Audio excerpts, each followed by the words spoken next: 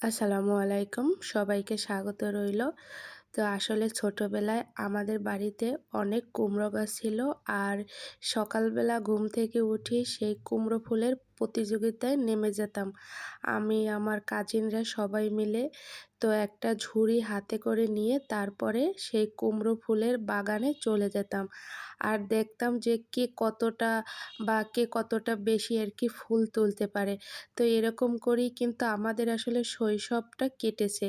তো আজকে ঢাকায় আর কি এই কুমড়ো ফুল পেয়েই আমি সঙ্গে সঙ্গে নিয়ে এসেছি। কারণ এই কুমড়ো ফুলের সঙ্গে কিন্তু আমাদের ছোটবেলার আর কি অনেক স্মৃতি রয়ে গেছে। তো কুমড়ো ফুলগুলো কেটে তারপরে এরকম ধুয়ে নিয়েছি খুব সুন্দর করে। আর এটা কিন্তু এরকম হাত দিয়ে যতটা সম্ভব চেপে চেপে তারপরে পানিটা ঝরিয়ে নিতে হবে।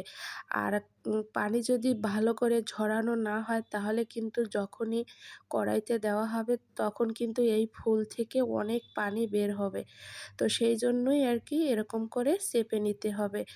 আর কুমড়ো ফুল কিন্তু অনেকেই অনেকভাবে খেয়ে থাকে। তো আমরা সাধারণত যেভাবে খাই সেটাই আজকে আমি এখানে তৈরি করে দেখাবো। তো আজকে একদম গ্রামীণ খাবার নিয়ে এসেছি, তো সেইজন্য দেশি হাঁস মুরগির ডিমও আজকে বাজার থেকে আনা হয়েছে। তো এখানে আমি ৫ টা ডিম আর কি ব্যবহার করেছি। তো প্রথমে আমি ৩ টে দিয়ে দিছি। যদি মনে করি যে আরও লাগবে তাহলে পরে আর কি ব্যবহার করব।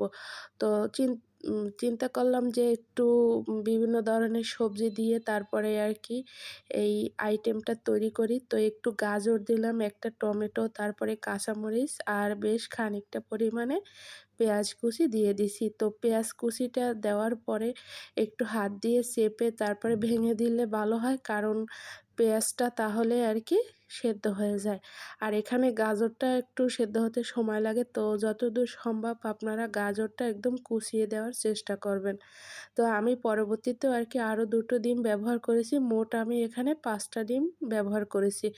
যদি শুধু ফুলই ভাজি করতাম তাহলে কিন্তু আমার এতগুলো ডিম লাগতো না। তো শীতের আর কি হাতের কাছে আমার যতগুলো সবজি ছিল সবগুলো মিলিয়েই আমি আজকে এই কুমড়ো ফুল ভাজিটা আমি তৈরি করেছি। তো এখানে তেলটা গরম হয়ে গেলে এরপরে সেই কুমড়ো ফুলের মিশ্রণটা এর ভিতরে আমি দিয়ে দিছি। আর এরকম করে একটু খুন্তি বা আপনারা যাই বলুন না কেন এটা দিয়ে একটু ছড়িয়ে দিবেন। যেহেতু ফুল, পানি তো একটু বের হবেই, কারণ সবজি দিয়ে কিন্তু এমনিতেও রান্না করার সময় পানি বের হয়। এই কুমড়ো ফুলটা কিন্তু আমাকে মিডিয়াম হিটে অল্প আছে তারপরে এরকম উল্টে পাল্টে ভেজে নিতে হবে।